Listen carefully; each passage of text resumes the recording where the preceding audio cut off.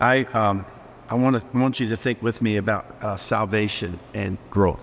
So it's important that for Ephesians 2:8-9, for by grace are you saved through faith, and that not of yourself. It is a gift of God, not a work, lest any man should boast. So that's the gift. But a lot of people believe that you become a Christian and you receive this grace of God, you have salvation in this hand. But now growing, that word is sanctification. To grow is to be sanctified. Sanctified just means set apart. God has set you apart for himself and wants you to grow in him, okay? And so it's all the same unit. Salvation and sanctification are all the same unit. But a lot of people treat it like, okay, now I got my salvation. But then they go, it's called the Galatian heresy.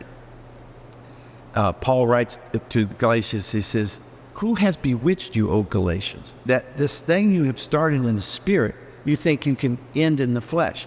What's he saying there? He's saying, okay, I came, the Spirit led me to Jesus, woke me up, got my eyes open, I believe on Jesus Christ.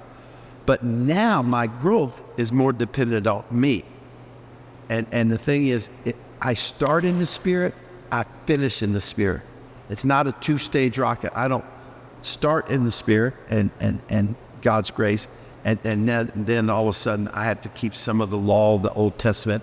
I have the rules of some denomination or something like that, and I look at the New Testament and I got to order myself that way. Those people are real uptight and very judgmental, and they're living a lie. Because nobody, just as we can't live in such a way to get into heaven, we can't live in such a way to be like Jesus. It's all the grace of God. Who's bewitched you? Bewitched means who's put the evil eye on you that you would come to believe this two-stage salvation. It's all together. So when you start growing in the Lord, the way to stay humble is just realize God can bring disappointment in your life. God can bring a good thing in your life. The in-between time where it feels boring. That's God's ways of growing you. Are you going to turn to him? Are you going to look to him? Are you going to say, Lord, help me? So that, we're in the series on desire. It says in Psalm 37:4, delight yourself in the Lord, and he will give you the desires of your heart. So I haven't preached on that yet, but I will, because that's a really important verse. But delight yourself. How do you delight yourself in the Lord? You delight yourself in these words: love, grace, and mercy. That this God has that attitude towards you, right? So by the way, that Galatians passage where he says, it's Galatians 3:1-3. Okay, if you want to look that up. Because it's a beautiful book. Galatians is about the grace of God and law. What do you do with law? And the law is to guide us. But we don't keep the law, we don't keep the rules in order to sanctify ourselves, to grow. Okay.